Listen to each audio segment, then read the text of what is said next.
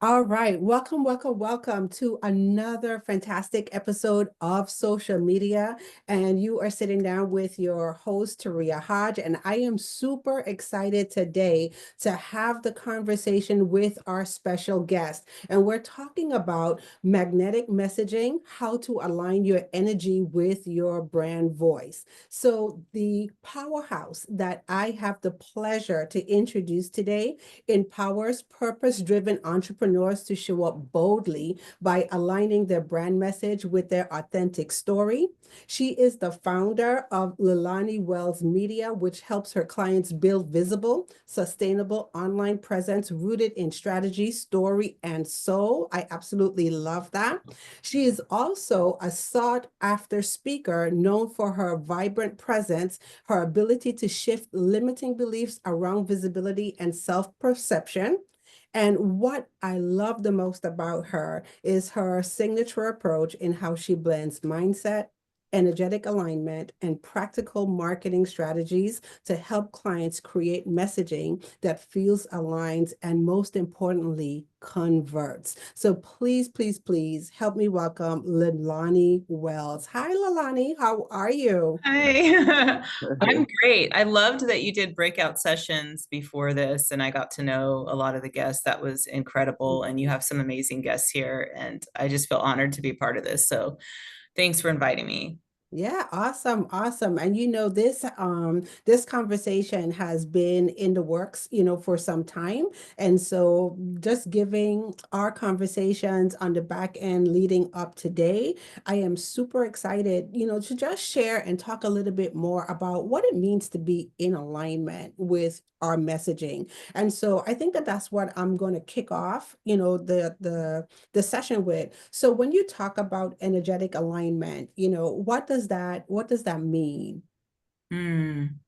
For me, and I just recently, a couple days ago, did a post about an event that I was speaking at, and I was sharing in that post how grounded I became and how sure I became in what I wanted and where I was at.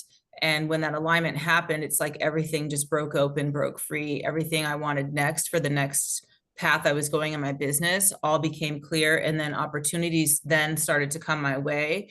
So for me, energetic alignment means you'll start to recognize that things are coming to you effortlessly, and it doesn't mean you're not doing anything. It just means you're not in that like survival mode, that fight, that like I don't understand why mode and season of your business in that moment. So you'll start to recognize that. And I think in business we have these ebbs and flows. So we get to a point where you get further along in business where you can recognize, if you take notice of like the patterns, you can start to recognize when you were in energetic alignment and what sort of things you were doing. And for me, I had to actually dial back from being around a lot of people so I could begin to get centered in what is my own voice, what is just me, and what is stuff that comes from outside sources. So the number one thing, in answer to your question, is um, being aligned energetically means that you're self-sourced as much as possible. And so you're really putting out a unique message because you're not involved. Even when I say involved in conversations, I'm not just meaning talking outwardly to people, but I mean scrolling Yeah. and looking at other people's posts. Mhm. Mm-hmm.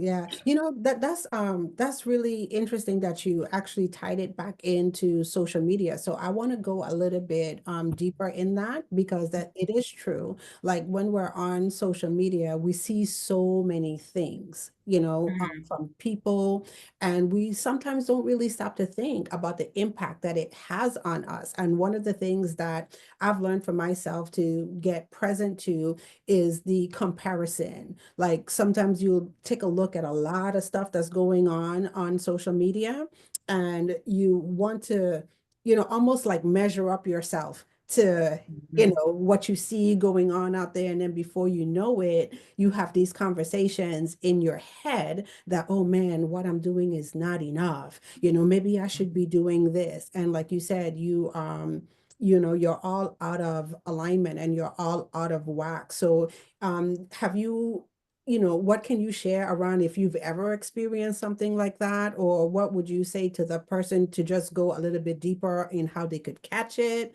what they could do, in those spaces to stop it? Yeah, I mean, I literally am just coming out of that, like in the this now moment, right? In this past week, just coming out of that. And so if you think about when social media first came out, like what, 15 years ago or something to that Mm. effect. So what was happening is before that, in order to be visible, you had to go on auditions, right? So there were only certain people that were allowed to be visible, and they all looked a certain way, talked a certain way. There was something that you had to be a part of. If you were another race other than white, a lot of times you changed your name to a white name just to get the job, for example, right? And so, like the Estevez brothers, Charlie Sheen changed his last name, but the rest of them didn't, right? They all made their choices, right? Then social media came out, and then you notice that people were blowing up wearing like whatever they wanted to wear. It could be someone who was dirt poor, with, they could be, visibly missing teeth or whatever, and be famous with millions of followers. Why? Because what we really want to see is real people, is real people, right? And so someone else decided before social media that that's not it. And this is how it was going to go. When we had an alternative way to go about it and we were offered something different, we realized, right? But then we started getting back into our old ways and then morphed that into, now we're all starting to go back to this robotic, it has to be this way, it has to be that way. But really, if you step aside from that stuff happening and you keep pushing through and stand out, then you can do it. So for me, when it started happening, where I was like, okay, I'm looking, and I noticed most of this for me happening on Facebook. I disappeared from Okay. Facebook and went to other platforms. And that is really, really hard for me because I am a visibility strategist. I tell people be seen on multiple platforms, but at the core of everything, your business has to make money. And you can't make money if you're not strategizing. Your strategy for Yeah. visibility has to be your own, right? So that's how I came out of it. I was like, it doesn't matter how everyone else sees me. It matters how the people paying me see me and how my family sees me. Yeah. And Yeah. so I made those choices and got back to my own voice. Yeah. I love it. So how can someone tell if they're out of alignment? Well, if they're confused, if they're forcing themselves to go to work instead of going to work excitedly because, God's spirit, universe, whatever you believe, is it puts something inside you to do. And if you keep staying rooted in that, you will know that you're fighting to do something because it's not a piece of what was put on your spirit. So it needs to go out the door, right? And it's easier to throw that out the door or the window if you're not listening to all these other people, you know? Um, it's not that you don't want to engage or support or be a part of other people's content or other people's events or other people's things. But when you find yourself disconnected from your own personal mission and your own personal um, path that is your calling, then Yeah. it's time to take a step away so you can get centered in yourself more and go from there. Yeah, awesome. Yeah, Allegra, I see that you have a question. You could come off mute and then you could ask your question, my love. Blessings, everyone. Okay, so thank you. I thank you for saying that about coming off of Facebook because I am actually in that mode where I am now been silent for like about 8 months on my personal page. I've been using the business page to just advertise, and I got rid of my second business page. But I've been really, but like what you just said, I don't want to be on it anymore. I honestly wanted to like separate myself from that kind of atmosphere because a lot of them don't support what I'm doing. So I didn't Mm-hmm. see the relevancy. How long does that last? Like, how long did you stay off? But I'm really grateful that you said that because I'm looking for other outlets. As a social media manager, that's kind of, and I'm a media person. So Mm-hmm. I would really give me a suggestion, advice. Absolutely. And thank you for that, Allegra. And I'm really glad that we're having this conversation in this way so you can feel supported in that decision to get off of Facebook, whether it be temporary or permanently. Right now, we're living in a space where we have so many different social media platforms where there's thousands of people, millions of people, not just Facebook, right? Now, granted, I believe that we should have an account on each and every platform we can. So when we want to be there, it's already there. We're not starting from scratch, but we don't have to necessarily be present there all the time. So I would advise you to, well, let me just ask you right now, just one word. What's the first platform that comes to mind that doesn't give you the ick that you might even enjoy? I love that. I've actually been enjoying my LinkedIn because Okay. I can So, engage. I mhm. feel safe. The environment is pretty good. I know how to look out for the extra marketers. I learned how to engage properly because I am public relations. So I do my research up there. I Okay. love how I'm able to look out for the warning signs, look out for people who actually wish to engage. And I like the platform. It's much more professional than social. So at least you can find the people that you wish to connect with. So do you think that if you went all in on LinkedIn, that it matters if you're on Facebook when it comes to return on investment and making offers? I'm not sure, because right now, I only do awareness and educational. The answer So is no. The yeah, answer is it no. doesn't matter, because when you have a business, again, we always see, here's the thing, you guys, I want to just have you guys all get, like, write it down, memorize this, feel it in your bones, whatever. If you don't take away anything from this, take away this. Social media is not your business. Popularity is not your business. Okay. I know life is like high school repeating itself over and over. All right. But you're business owners. Your business has to make money. All right. Period. Point blank. If you could pick up the phone today and make an offer, you can make more money by calling one person that you know that you could sell, and make more money than avoiding that one phone call and making all these posts on a platform that you can't stand all month. So when you're having trouble in your business and you're over here doing something you don't like at all, that is not visibility. I am visible to somebody that I've called on the phone. I am visible on LinkedIn because I like LinkedIn. And so I'm posting more and more and more, and I'm doing it at a faster pace because I'm not irritated and I'm in my lane. I'm in my God purpose because it feels right. Anything that doesn't feel right is not of that. Otherwise, it would feel right. Now, I'm not saying feeling right feels good. I'm saying feels right. All right. So you are going to have to do difficult things in your visibility process, but it shouldn't give you the ick. Like, I'm hearing that Allegra has the ick when it comes to Facebook. So let it go for now.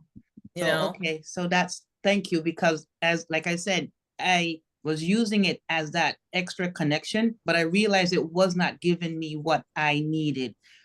Yeah, so thank you. Yeah. Yeah. Now, this is all situational. If you are like Gary V, of course you should be on Facebook because you have a team to deal with that. All right. You should be everywhere if you're at that level. I speak to people at the level that they're at. This is all strategy. What you have to understand now, this day and age with marketing, a lot of times we just pick and choose when we're not marketers who we want to do what from. And a lot of times we're mesmerized about these people who are 40 stages beyond us. I am not Beyonce. Okay. I'm not going to be trying to mimic her brand process and all of that. It doesn't make sense, right? You got to work with where you're at. And if where you're at means if I bring in an extra $1,000 this month, then I stay in business and I celebrate because last month was zero. Or if I bring in 20,000 or 40,000 this month and last month was 5,000 or 10,000, that's awesome. That's my goal. They're revenue goals. Yeah. Leilani, I am so appreciating this conversation, and it's so in alignment, with what I share as well. And this is what, I encourage my clients to do. Yes, we all, like you said, is all this talk in the marketplace, about being everywhere, doing all these things. But when you really dial it back, if you could pick one or two platforms to really hang your hat on, and develop your presence, develop your strategies, like you said, to get you to like your end goal, which is to generate your clients, generate your revenue. You will find that you have so many things that you could do before you exhaust that one platform. Okay. And I'm going to share with people, for the longest while, Facebook was my place. Okay. And I literally, one platform. Okay. So when you talk about platforms giving you the ick for me was Instagram. I'm just like, what? Who has the time? Right. But you find ways, to make it work, things that feel good to you. I love it. Like you said, you have to be in alignment, and being in alignment and doing the things that naturally light you up. And I love the distinction that you made. It's not that it feels good and you just rest right here. There's always things to learn. And so as you grow and you start to take a look at where you want to be, your positioning, what are you willing to learn and to do in that space that attracts more of your, what I like to call, your divine people. So I love it. Okay. And, So I have a comment. Mine was kind of just the opposite. I stepped away from my business for about 14 months. And last January, I had a chance to do a long cruise.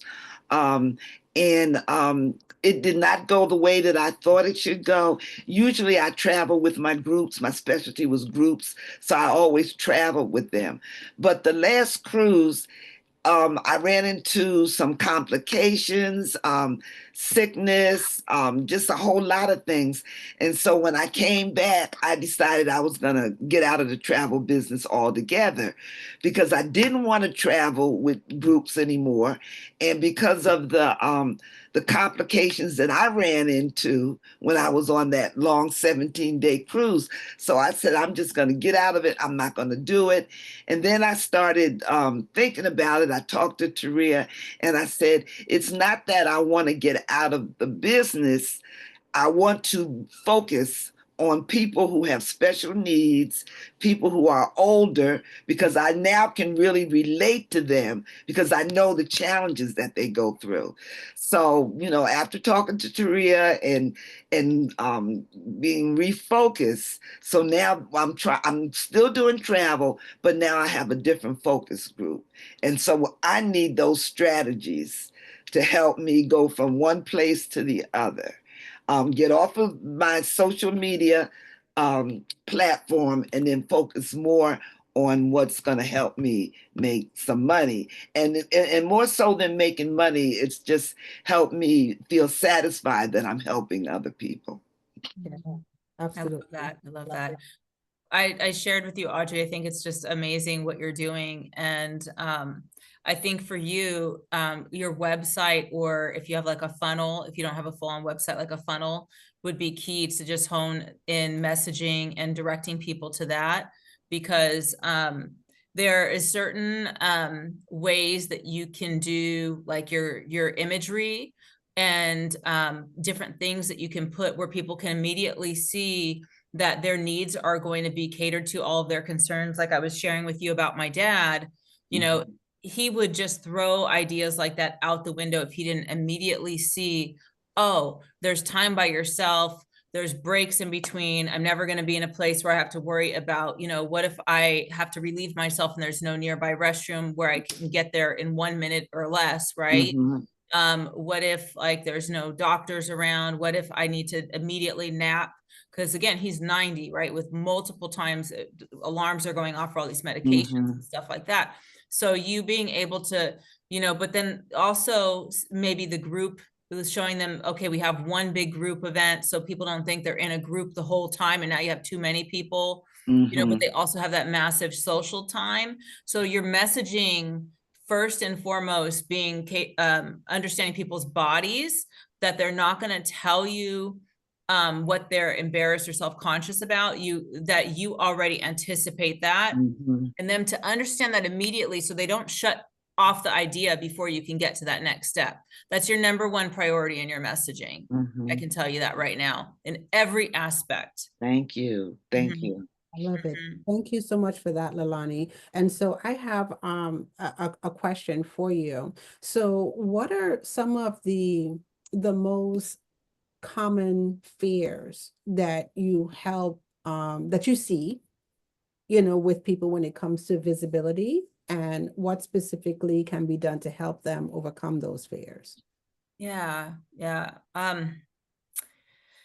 Video is the number one thing that people are afraid of, and it is also the number one thing that will give them an advantage in business, because right now you can pull from video so many forms of content that even if you're not on video all the time, you can pull so much from these transcripts that you get and learn a lot about yourself from the transcript. You can run things about yourself and dial in from conversations that you're having freely and openly, and then run it through GPT and have it analyze you even, you know, and help you find your ideal client with more ease and get that messaging put together. So video is the number one thing. Now, when we dive into why, there are many, many reasons behind that. So it stems from, a lot of times what we've been told is, especially like everyone in here is from these generations where we've heard children are supposed to be seen, not heard. You know, humble yourself, be humble. Don't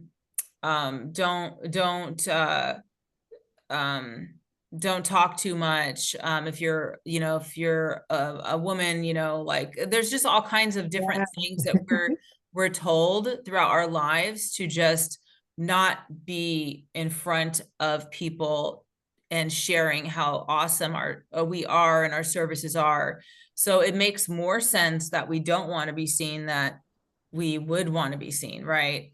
So understanding that being visible is a choice we make. It's not something that we should immediately feel like you should want to do that. So anytime you have those feelings coming up, you know, having some grace on yourself and sort of understanding, like looking at yourself, like, why am I feeling this way? And becoming an observer about ourselves is what I work with a lot on our clients, so we can figure that out. Some people have valid concerns on that. Like a lot of people, you know, some people can be actually in physical danger because of maybe their jobs or their history, their personal lives by being seen. I've come across that before as well. And there's creative ways to get around all these things. But those are some things that I've come across a lot. Yeah. Oh, absolutely. Thank you so much for sharing, because as you shared, it reminded me like of my own journey, you know, as well with video. So I was definitely that person, terrified, you know, to show up on video. Oh my gosh, to do a live stream and any of that stuff. And what I found after I got present to some of the things, the more I made it easier for myself to do so, then it kind of gave me that comfort, you know, in being able to show up online. So I tell people all the time, like, I'm not the spontaneous person. You know, you have people who are driving in their car and an idea comes to mind, and then they flip their camera and then they're driving on the highway. Oh my gosh, stuff like that terrifies me. But if I know, like, hey, this is what I want to talk about, you know, I create an environment that makes me the most comfortable as possible to show up and share. So I love that you said that, to be able to get in tune of all the things that come up for you, you know, first, you know, emotionally. And then I'll add to that, being able to make sure that you have an environment that just makes it conducive for you to show up. So I love it. Okay. Thank you. I have one thing I want to add, or actionables I want to add to that, Oh, if okay. there's time for that. So if you guys want to write this down, these are some actionables when that starts coming up, like after you observe yourself, how you actually get through this in the moment. The first thing is, and this is in no particular order, is understanding that this is not about you. Even though, yes, you're making money, so that part's about you, right? But it's about who you're showing up on camera for, right? So when I go and speak on a stage or go on a podcast or do something like this, I have nerves every single time. It doesn't matter how many years I've been doing this. I'm always nervous beforehand. When it comes on, I'm like, just what did the people that I'm talking to need, whether they're visible like you guys are, or whether they're not visible to me, but I know that people are going to be watching a recording or a live on the other side that I don't see. I know that I'm in service. So number 2 is to be in service. Okay. Number 1, it's not about you. Number 2 is to be in service. Number 3, think about when you're on camera and you're worried, maybe like when I'm on stage, I'm like, oh, is my stomach fat bulging out the side or something, And it's like, does anyone in the audience care about my stomach, or do they care if I'm going to help them, give them something that will change the trajectory of their business, right? So why am I worried about that? That's looking at myself, not at them. All right. So then I can immediately put that thought out of my mind. Nobody cares about my stomach. They care about if I'm helping them make money. They care about getting food on their tables. When we're thinking about how we look all the time and how we sound, the person that is listening to us is never thinking about that. They're waiting for that golden nugget that we give them. That's all they care about. They don't care if your hair is cute. They don't care if you got lipstick on your teeth. They don't care about none of that. Okay. All right. So be in service. And then the third or fourth thing to remember is thinking about when we go back to when we were kids and we were talking about be humble, be humble. Are we ever excited to buy from someone that is like going and dialing it back and being so humble? We're not excited to buy from that person. So then if we have something that's planted on our heart because it's our calling, does it serve our who we serve to actually be humble and not be like on fire about what we're here to bring people? It's not in alignment at all. All right. So we have to understand that when we go to buy something, we like to buy from the person that is confident, from the person is 110% like, you need this. And if you don't have this, I can't help you. Like, let's get in your hands right now. Let's do this. And that's when you are in service. Leilani, you're making a distinction here. So what popped up for me is the difference between bragging and serving. Okay. And so a lot of times we think when we show up in that way where we are excited, we confuse it with bragging, right? And it's not bragging because there's a distinction, and it's being in service. Okay. So, and I'm going to ask you to share your take, on this. I look at it this way. If when I show up and I'm having conversations and I'm on fire, if everything is always about me, everything is I driven, okay, then I'm learning that I'm sitting more so in ego, versus saying, hey, this is about you. Okay. And this is how I could help you get the results that you want to get. And so a lot of times I think people dial in because they don't want to feel like they're bragging. But no, if you understand that you're put here, like you said, to be in service, why wouldn't you show up, and be on fire because you're actually, excited to help people get the results that they desire. So, anything around that for you?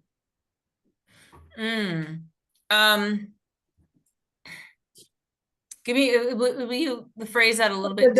Yes. So the difference between bragging, and being in service, because I think that's what a lot of times people get kind of tripped up in their mind. Am I bragging? Is it bragging or am I in service? Yeah, great question. So I think a lot of the energy out in society right now is has eliminated nuance. It's like you're either this or that, this or that. There's all this or that stuff, right? So it kind of like makes it hard for us to remember that there's not, it's not like this or that doesn't actually exist. There's all different things that come into play with everything, right? So if I'm sitting here excited and quote unquote bragging, right?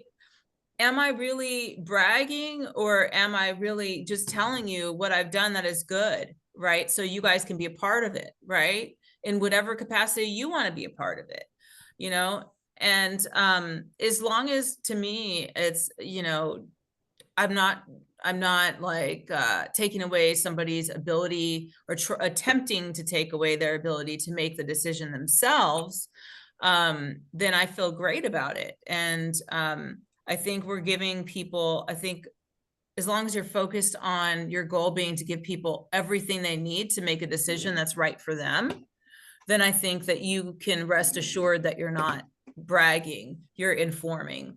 And I can inform you that I'm really good at what I do. You can definitely inform people that you're really damn good at what you do, right? And so, like, at the end of the day, does that help them? Yeah.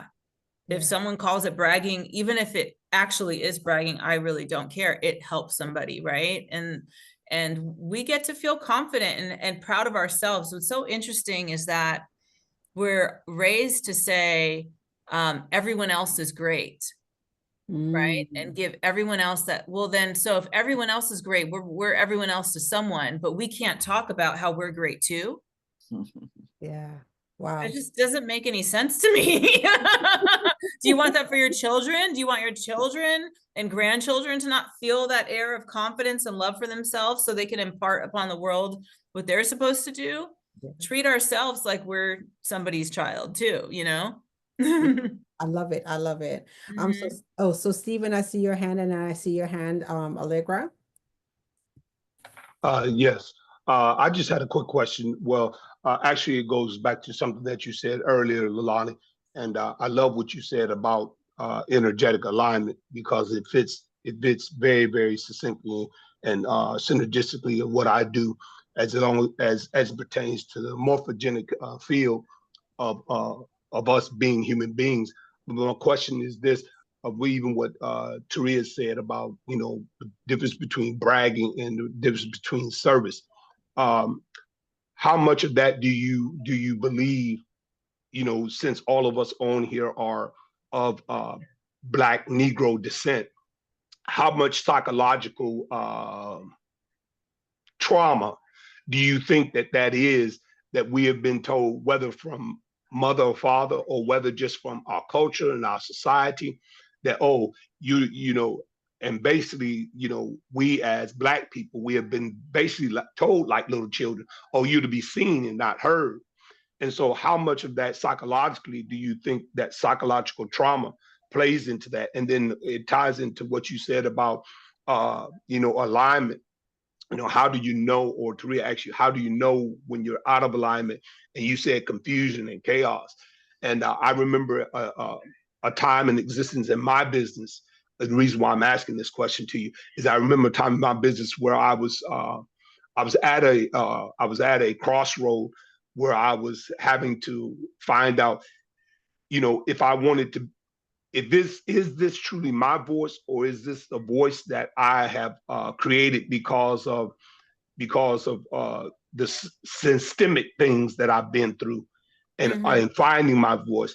And so in that, I wanted to ask you, in what you said about social media, is like social media and social likes aren't your business. But how can you flip that, or how can you change the trajectory of that, of being, and what Taria asked you and said, the differentiation between service and bragging, but positioning yourself, even though we have come out of that systemic societal traumaness, and not being, you know, like you said, I don't want to purchase from somebody that doesn't have a lively or energetic personality or attitude, because that's the most person that you buy from, who you trust. And so I don't know if I'm phrasing that correctly, or I don't know if you're understanding what I'm saying. I'm gonna try and respond, because I think, because I feel like you're mentioning a few different things in one. So I'll go and talk about what is clear to me, and then if you want to jump back and open up your line and ask more from there. With what you're talking about, that I like, one thing I definitely notice for myself, I'll speak for myself when you talk about being of Negro descent, is the overcompensation. So when I find myself overcompensating, and doing more than other people would do, that are, white maybe, or something else, then I'm realizing that I am doing too much. That I can operate more on over explanation and thinking I have to do everything, and then it takes me away. So when we talk about past experiences, because of our backgrounds, our ethnic backgrounds specifically, right? It takes us down a path of doing more, even though we're in a season 2 of trying to pull away from that as communities. It's a lot of that talk going on openly. There's still rooted in us, we have to do more, we have to do more to be relevant, all these things, right? And so what happens is you then wind up receiving less when you're doing more. And success in your business has a lot to do with being able to receive. So you wind up on this like hamster wheel and fight against yourself if you don't find a way outside of that. If you don't understand that right now we're in a world where, even though we grew up where we had to fight to get what we got and be 10 times better and all these things, we don't necessarily have to do that in the same way now, because we can be in front of so many more people and go through the numbers. We can still make the money we want to make in our business, but we have to not overcompensate. So one way that I see myself doing that and others is over explaining what I do, how I do it, my processes, instead of just like, if you were in a boardroom with this old white guy and he was asking you for money, he would not give you this whole big presentation. He would be like, this is what I do, this is what I'm looking for, and wait for your questions and just look at you quiet. He wouldn't be like, I do this and I do that. No, here's my resume, here's my, So I find we go down a lot of those paths, we just wait for the question. And then the question comes, then you give them the next piece they're looking for. So you assume that they know you're the authority. And then so that's one thing. If you guys don't follow Arlen Hamilton, there's one thing, like when I'm speaking to, I love the way that she communicates. She's very simple and direct in her approach to things, and very successful businesswoman. So in regards to what I'm speaking to here, you never see her overcompensating in any way like that. And she's very successful, and she's exactly who she is. She's queer, she's a Black woman, she's dealing with like Mark Cubans and all these people with her business. And then I think you might have had another part to your question that I might not be covering, Stephen, if you want to let me know if that did or didn't answer anything. No, you answered that one about the social, psychological, systemic stuff. And then my other question was about how, like, social media marketing, you said to use it as a strategy, and I love that. And so my question is, would you agree, or would you not agree, that social media marketing is kind of like, in a way, real estate? It's all about location, location, location. Like what you explained to Algorithm about, differentiating and choosing what platform works best for you. Like for me, my platform, and I've been using it, way before and better than I been using Facebook or any of these. I love LinkedIn. And as my business coach has told me, LinkedIn is a gold mine. And so that's my other question to you. When you stated that social media is a marketing strategy, could you like just touch on that just a little bit about like what the strategy of the social media marketing looks like or what it should entail? Yeah, Yeah, absolutely. thank Absolutely. you. And Taria, let me know if I'm like going different on timelines or whatever. Please just interrupt me anytime. So with the strategy, my personal strategy right now is everything evergreen. So here's how I design my own strategy for my own life. And I think this fits into everyone's, whether their life is similar to mine or not. Evergreen is the way if you want to ever retire or relax. All right. I love that. Right. I know I should probably like put the quote. Right. That needs to be a quote card. Evergreen. Yeah. Could someone type that in the chat for me so I can tweet I'll them do out it for you. later? Evergreen is Thank if you. you ever want to retire or ever want to relax. That's hot. Yeah. So what does that mean? That means YouTube, if you have an answer to something, a direct answer, and you make a 1 or 2 minute video on that and just answer it and get to the damn point and just boom, here it is.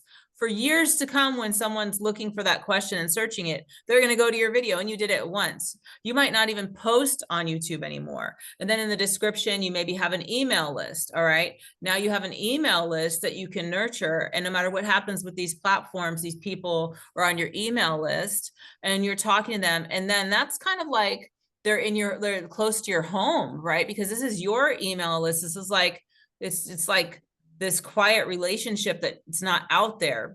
Emails is more personal. People sign up for your higher ticket things via emails with more ease.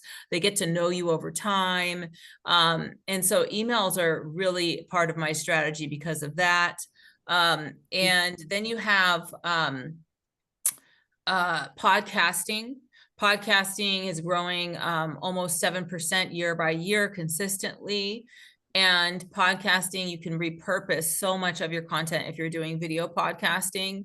What I have a podcast, but I'm in the process of making it an in-person podcast because I see the direction that it can go. And it's been in the works for years where that's been a decision. And why? Because that could be the one lane my company's in and I can get marketing clients just from doing my podcast and interviewing people, which I absolutely love. So that's evergreen because again, just like YouTube, someone can go and listen to an older episode, pull it up because they like the topic, and then they're connected with me and I'm getting sales. Also, podcast guesting is evergreen. So say you don't want to go through all the work of starting up your own podcast, even if it isn't in person, it's still work to, be consistent and all that. Then becoming known for being a guest on podcasts, theirs are evergreen. So you're on multiple people's podcasts, getting traction to come to your email list. And I would say when you're a guest on a podcast to always almost require that they give you the video so you can have the clips go out so people can see that you do podcasts because then you get invited to more. And then also letting them, giving something for them to follow you long term. And I think that joining your email list is a great direction. Or so having like a lead magnet that you can give the audience to join your email list or something like that. But if you do that, give them something that'll always be relevant, not that could change, that's a trend or something like that. But strategy, again, it's different for everybody. But evergreen content, like if you post on Facebook, yes. Can someone find it 5 years from now? Yes. Will they? Probably not. Probably never. You got to post. That's not evergreen. Yeah, I love it. I love it. And I want to thank you so much for that because that is really the stuff, right? When you talk about strategy, you talk about visibility. How do you position yourself, to do those things that you don't have to, with the efforts that you do, you make the efforts that you put in maximize and work for you versus having to always feel like you're on the treadmill doing a bunch of things over and over and it doesn't really work for you. So I love that. Thank you. And so I'm going to switch gears a little bit because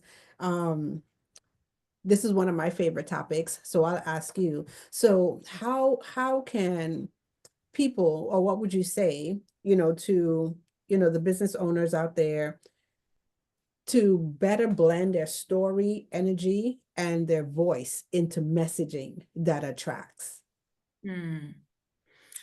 So a lot of times when we're having trouble with our messaging, it's because we are in spaces where we're unsure about what we're doing. There's pieces of it we're unsure about what we're doing.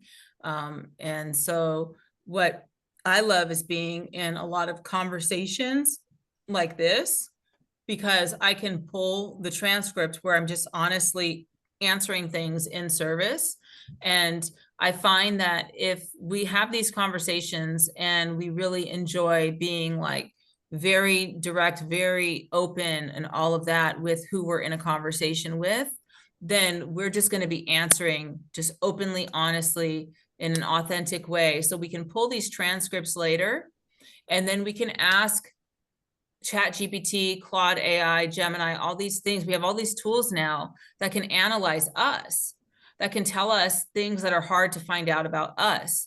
So get in the habit of pulling these transcripts, because there's so much gold in these transcripts. There's tweets that you guys can pull from transcripts. I've made months and months of tweets for clients with their transcripts, and they're like, how do you sound like me? I'm like, because it's you, buddy.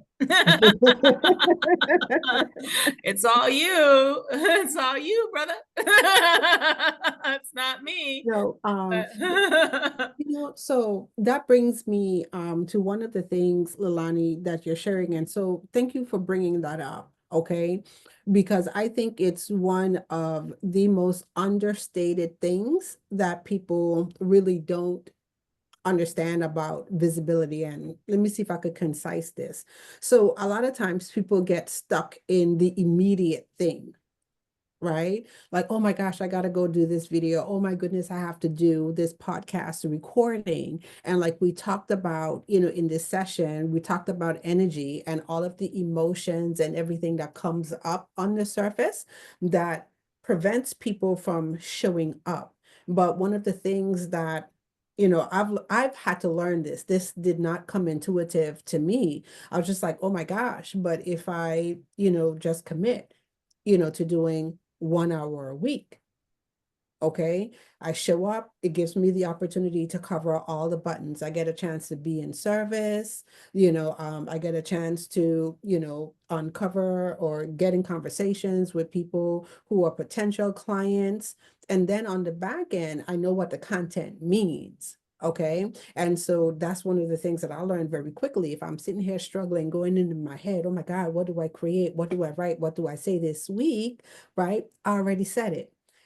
And all I have to do is just go back and pull from it and then repurpose the content, and so it definitely, like when we talk about these strategies, it's more than being able to show up for the immediate thing, because I think we get stuck in the immediate thing and we don't look at the longevity of what it means. Right, Right? right. And I like to put it, how do you make your content go further? So you take the one action, but you're able to make the content work for you, like you said, in strategy. So I love it. Yeah, Okay. yeah. And so I think I'll ask one more question, because I always like to ask my guests, things that work for them. So do you have like a favorite thing that you do, or like a secret thing that keeps you on track, like especially in the brain My of coffee. yeah, I love it. Everybody gets some. I'm sorry. I'll be No, serious. no, it's fine, it's fine. I promised you were going to be able to cut up, so that's Right. I was like, I've been good so far, Taria. yeah. So do you have like a favorite thing you do, like that keeps keeps you on track, motivates you, gets you going even in the moments when you don't feel like it? Like, so what's that thing for you What keeps me going? besides coffee? Right. What keeps me going? My relationships. Mm. I really love being like just in the room with other people who are creating from from scratch, from whether they be at the far end of their creation or the beginning or wherever part of their journey they're in. Like, it just really feeds my spirit, my soul. Like, oh my, like just imagining like when I was a little girl, and I mean, I grew up with a family that was like in and out of the acting industry, and also a lot of them were in construction. So I saw them creating in their own way and building, creating and building. But like growing up in the school system and all of the structured systems, and then going and getting a job before I started my own business, this is like a dream. So like, to me, we're all already successful. So because we're all like, we all found a way, whether we're fully pulled out of a system or we're all the way out of the system. I get to hang out with people who are creating things that just are right from their heart, like art, and my God, like if you think about that, like how incredible is that, that you get to be on, like, it's like a kid on the playground, and you got the cool friends that see something different that you've always seen, that's always made sense to you, and you didn't know there were other people out there like you. So if I get down and out, I can also call some of these people because they're my friends too in real life, so it fills my cup back up. Yeah. I love it. Thank you so much for sharing that. Wow. Okay. And so thank you, Leilani, for joining us on this episode of Social Media Saturdays. I am so excited, to be a part of your journey, continue watching you. And I know we have a lot more, in store for us. Okay. So any last minute words, share, and make sure you tell our viewers and our guests how they could stay connected with you. Yeah. Well, before I do that, I just want to thank you, Taria. Like, Taria and I have been getting to know each other over the past month or so. And then before that, we were both guests on another type of a show, and just fully like connected. And I just love what you're doing, how you're serving people. And I feel honored to have had you invite me to be part of this. Really appreciate it so much. You're doing amazing things. And I'm really excited to be a part of your journey as well. And I would just say, you guys can connect with me at Leilani M. Wells on any social media platform you like. Leilani M. Wells on LinkedIn is where I'm at a lot these days, is LinkedIn. Instagram, I'll be putting out more content here and there on Instagram, which is Leilani M. Wells. And if you guys want to drop your social media stuff in here, I can tag you in anything that I post, like from your favorite platform, not every platform, your favorite, because I hope that you dial in on what you enjoy, because when we do what we enjoy at the very beginning, when we're on this journey, we do more. And all you're trying to do is get people to come to your store. So, you don't need to go viral. You just need to get people to come to your store and make some money. And so, yeah, so I love this. Thank you so much for inviting me. You're welcome.